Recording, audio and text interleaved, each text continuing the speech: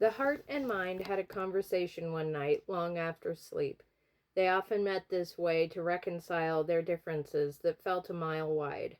With the weight of the world pressing down, heart takes a seat, trying not to weep.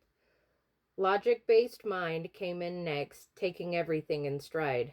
Let's get this started, says mind. We've only got a finite amount of time. Heart sighed and looked dejectedly at mind. How how do we move on from here? Considering, mind waves away the question. There isn't very far to climb. Heart begins to pace, bruised and sore from the most recent blow. I wish all these problems could just disappear. They both knew it wasn't many problems. It was really just one. You can't make people care no matter how you feel. The show must go on, as they say, and problems are something you just can't outrun. It's best to work your way through, and that starts when you get real.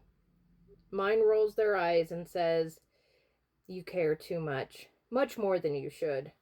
Heart, who is bruised and yet still standing, replies, Of course I do. How can I not? This same exchange had taken place countless times since childhood. They went around like this, never arriving at the answers they sought. Both heart and mind have some similarities where they are alike. We both like to race, says heart, although I usually start.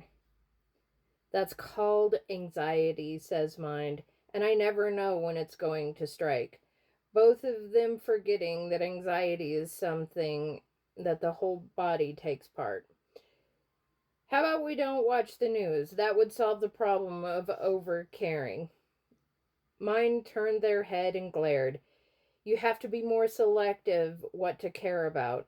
Mind retreats while under their breath is heard swearing. Heart is so taken aback that they only stared. The meeting was over. Too much time had passed. Nothing was decided and nothing had changed.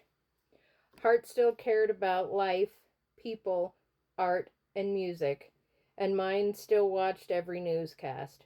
Night after night, no words were exchanged. Neither heart nor mind realized what was lost, because they both always loved. What was missing was hope. Love without hope in the world is a terrible place to be shoved. Eventually, mind stopped being angry and longed for the things that heart also wanted. And heart got so lonely and sick without mind, they built walls a mile high. The person to whom they belonged grew cold and bitter and was left feeling haunted. Questions of what could have been always present as their life passed by had followed their passions, created, and loved.